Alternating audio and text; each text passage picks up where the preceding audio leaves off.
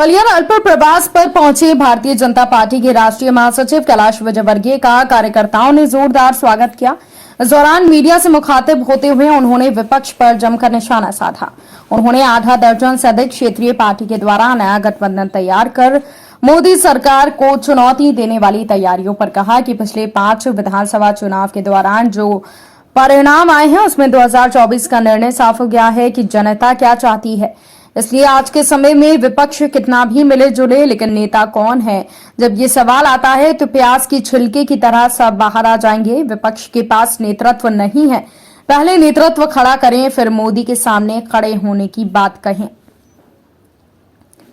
वहीं पूर्व मुख्य चुनाव आयुक्त के द्वारा कश्मीर फाइल्स फिल्म के जरिए हिंदू मुसलमानों को बांटने वाले बयान पर विजयवर्गीय ने कहा कि यदि सत्य बताने की बात हो और कोई उस सत्य को हजम नहीं कर पाए तो ये बात साबित होती है कि सत्य कड़वा होता है। इसलिए इस प्रकार के बयान सामने आ रहे हैं।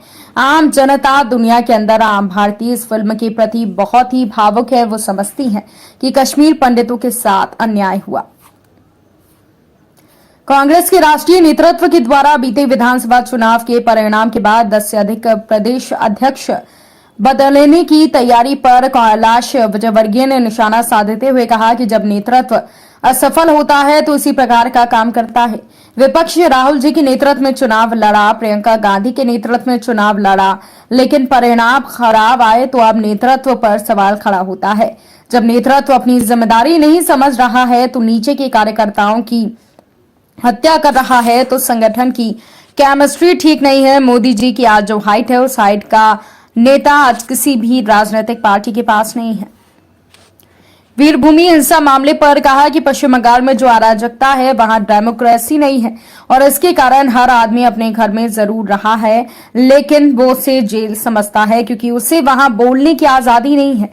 वो जानता है कि विरोध करेगा तो उसकी हत्या हो जाएगी, नौकरी चली जाएगी। इसी प्रकार की अराजकता का माहौल बंगाल में है। वहां डेमोक्रेसी की स्थापना करनी पड़ेगी। आने वाले दिनों में भाजपा वहां संघर्ष कर डेमोक्रेसी स्थापित करेगी। देखिए, मुझे लगता है कि पिछले 5 विधानसभा चुनाव के दौरान जो परिणाम आए हैं उसमें एक तरीके से 2024 का निर्णय बहुत साफ़ हो गया और जनता क्या चाहती है ये भी बहुत साफ़ हो गया। और इसलिए आज के समय में विपक्ष कितना भी मिले, कितना भी जुले, पर उनका नेता कौन है, जब नेता का सवाल आएगा तो बिल्कुल एकदम प्याज के छिलके की तरह सब बाहर आ जाएंगे। और इसलिए नेतृत्व है नहीं अभी विपक्ष के पास। पहले नेतृत्व खड़ा करें, उसके बाद मोदी जी के सामने खड़े होने की हिम्मत करें। एक चुनाव आयुक्त है जिन्होंने पूर्व कहा है कि भाई कश्मीर फाइल्स जो फिल्म है वो हिंदू मुस्लिमों को बांटने का काम कर रही है, इस तरह का। देखिए, ऐसा है कि अगर सत्य बताने के बाद यदि लोग सत्य हजम नहीं कर पा रहे तो पहले से कहा जाता है कि सत्य तो कड़वा होता है।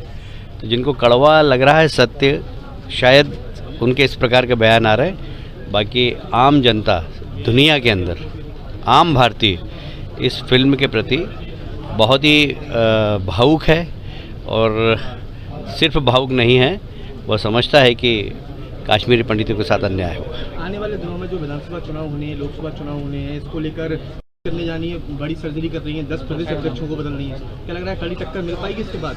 देखिए, अगर नेतृत्व असफल होता तो इसी प्रकार का काम करता है। आखिर बाकी राहुल जी के नेतृत्व में चुनाव लड़ा, प्रियंका जी के नेतृत्व में चुनाव लड़ा, परिणाम खराब आए तो नेतृत्व जिम्मेदार होता है। और जब नेतृत्व अपनी जिम्मेदारी समझ नहीं रहा और नीचे के कार्यकर्ताओं की हत्या कर रहा है, मैं समझता हूँ कि ये कोई संगठन की केमिस्ट्री ठीक नहीं है। तो ये माना जाएगा यदि बूस्टअप मिलता है, बदलाव करती है कांग्रेस, तो भाजपा को कड़ी टक्कर मिल सकती है। चुनौती अभी तक तो कुछ नजर नहीं आ रही है। मुझे लगता है कि मोदी जी की आज जो हाइट है उस हाइट का नेता देश में अभी किसी भी राजनीतिक पार्टी के पास नहीं है। वीरभूमि जो घटना हुई है पश्चिम बंगाल में, सांसद बीजेपी सांसद कह रही है राष्ट्रपति शासन करना।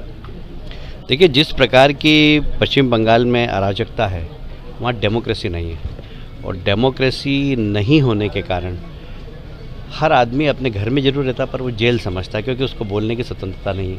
वो अगर विरोध करेगा तो उसकी हत्या हो जाएगी, उसकी नौकरी चला जाएगी। इस प्रकार की अराजकता है। यहाँ तक कि संवैधानिक पद पर बैठे हुए गवर्नर साहब यदि कुछ टिप्पणी करते हैं, सरकार को गाइड करते हैं कि भाई ये काम अवैधानिक हो रहा है, तो उनके ऊपर भी मैन हैंडलिंग होती है।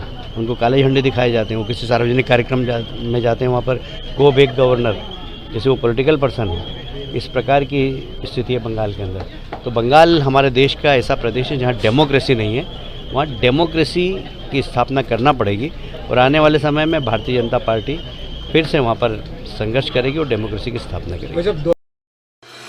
Rabindranath Tagore University, formerly known as ISECT University, the pioneers in skill development with focus on creating industry-ready professionals.